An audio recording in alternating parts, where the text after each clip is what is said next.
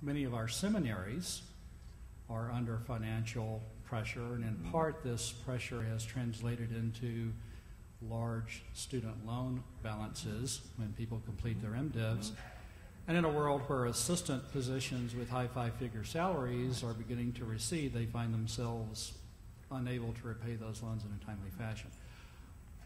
Where are we headed with the seminary structure, and who at 815 or in another organization is actively thinking about that?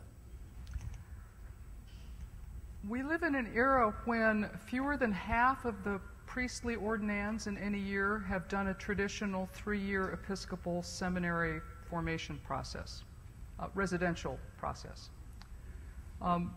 for reasons of cost and for reasons of displacement from local community. There are growing numbers of diocesan and regional formation programs that don't require people to take out loans or to displace themselves and their families for 3 years. That's one piece of the answer, but only one piece. The reality is that the seminaries that are called Episcopal in this church are independent institutions, with the exception of General Seminary, which answers to some degree to General Convention.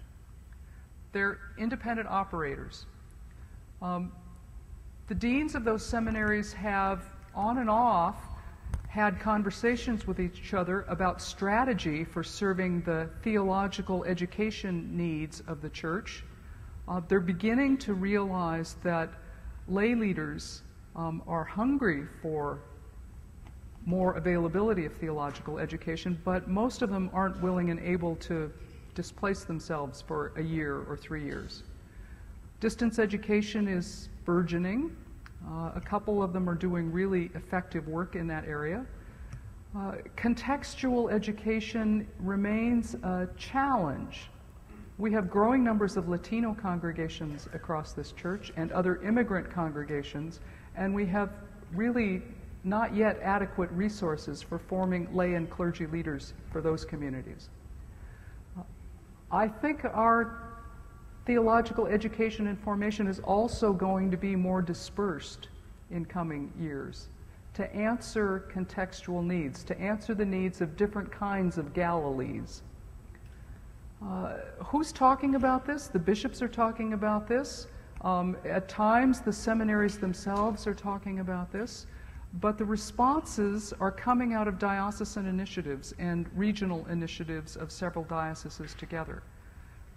The diversity group, which includes the officers for Black ministry, Native American ministry, Latino ministry, and Asian ministry, are doing some very creative work around leadership development right now. And they're going to have a summit gathering later this spring. And if you want to be in touch with me or my office, I can connect you to that.